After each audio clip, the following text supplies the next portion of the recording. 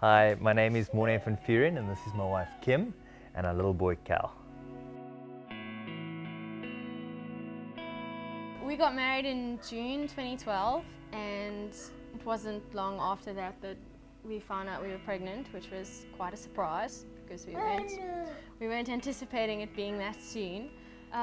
About 3 months before the end of the pregnancy, we went for a scan, regular scan, and doctor said, look, he's spotted something on Ash's kidneys that we need to go and have it checked out by a specialist. We were just trying to process that and, no, everything's going to be fine. We were trusting God that everything would be fine. The due date came and went, and baby still hadn't arrived, and we decided that we were going to go and have a C-section. And they take baby out, and I'm like, yay, there's baby, and I'm waiting for the cry, and nothing happens, and there's no noise, and then we hear this tiny little meh, and then nothing. The room just went dead quiet. Nobody was moving, nobody was saying anything, it was just dead quiet. And then suddenly, there was just all this movement. It was terrifying, because you don't know what's happening, you don't know what's going on, and this wonderful, beautiful, life-giving moment has now turned into this traumatic horror story. Yeah, they got him going and everything.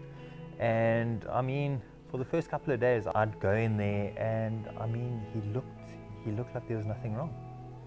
I remember the midwife came and she brought a little card that she'd put his footprints on. I was like, okay, he's fine. Everything's gonna be fine, because here are his feet, here are his footprints. You can't do that with a dead baby. That's just terrible, I know. But he got an infection in his gut from a lack of oxygen, and his body couldn't fight the infection, even though they were pumping him full of antibiotics and giving him platelets and all kinds of medications and things, and he went for blood tests, I think like 3 times a day for a whole week, and it's terrible to watch.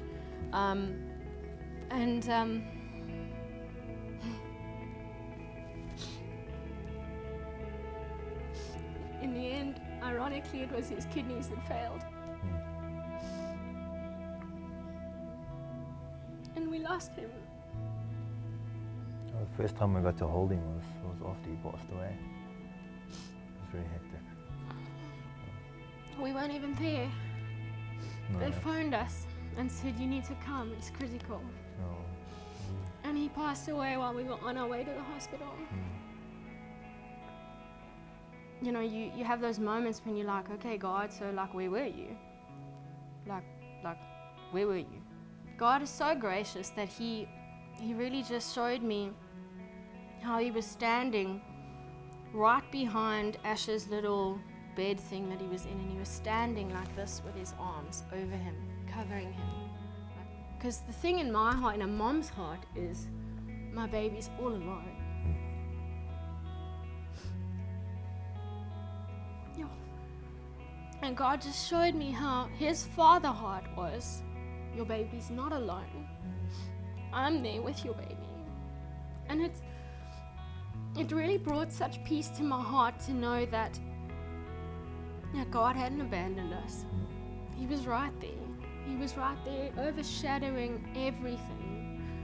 February, we discovered we were pregnant again. What? We were totally excited. We were freaking out. It was such an exciting time, and God really, He really spoke to me and said, look, you don't be afraid during this pregnancy, because this baby's going to be fine. So even though you know in your heart that everything's going to be fine, every day the enemy wants to tell you it's not going to be fine. Yeah. So every day you have to try and like, okay, no, we're going to stand on the promise. We're going to stand on the promise. And things went really well.